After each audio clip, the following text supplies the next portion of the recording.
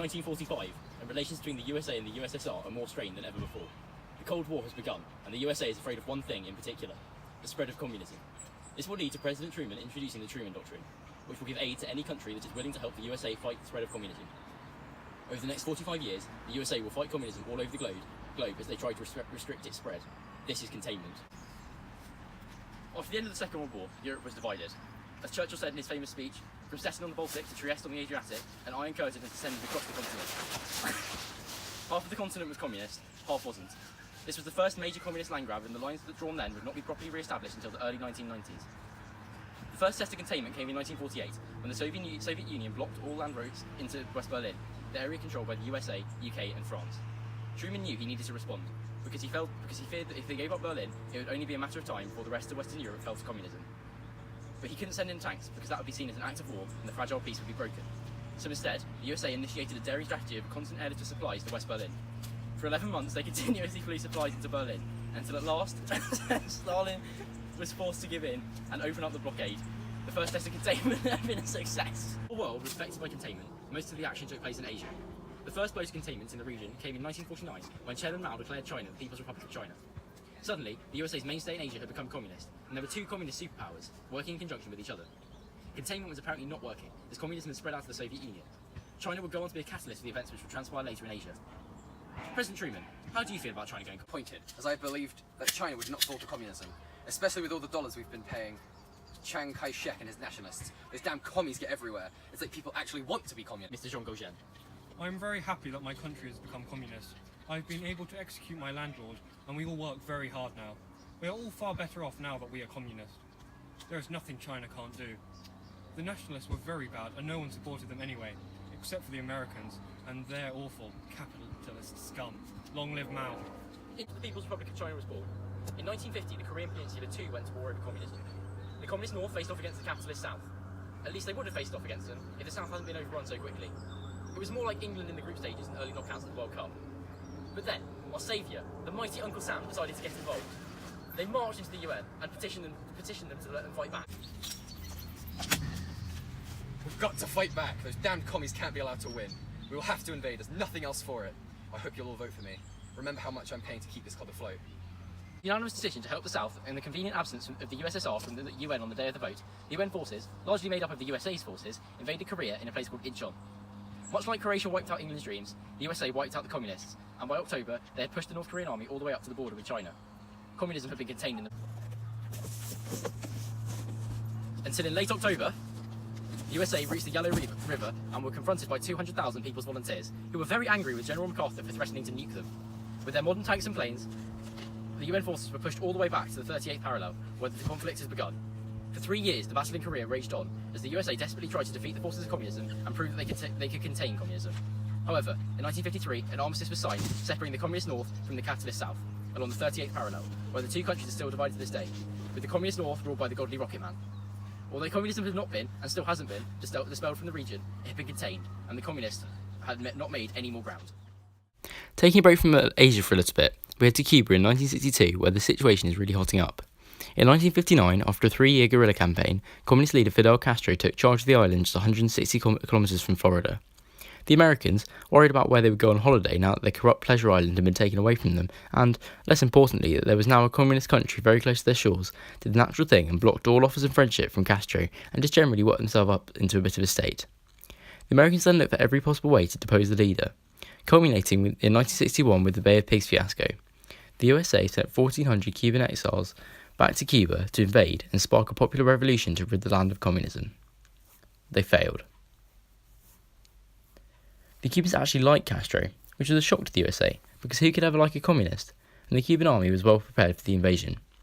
The USA was surprised then that because of all their contempt and hatred for Cuba, that they would ally themselves with the USSR. The USSR was ecstatic, because they now had a satellite state in the USA's sphere of influence. The USSR was flooding Cuba with arms, and the question was, will the USSR put nuclear weapons on Cuba? The State Department said no. The USSR said yes. The USA was obviously wrong, and on October the 14th, 1962, a U-2 spy plane spotted the foundations of nuclear missile sites. This worried the Americans because Cuba was very close to them and the missiles could be fatal to their entire country, except the West. They'd be fine. And more importantly, what would they do if Disneyland was destroyed? Cuba could be responsible for killing American holidays. More US spy missions detected 20 ships heading towards Cuba with nuclear missiles on top of them. So how did they respond? President Kennedy locked a group of advisors inside a room for 4 days and told them they couldn't leave until they had a solution. In the end, they decided to blockade Cuba, so the Navy were instructed to let nothing pass them.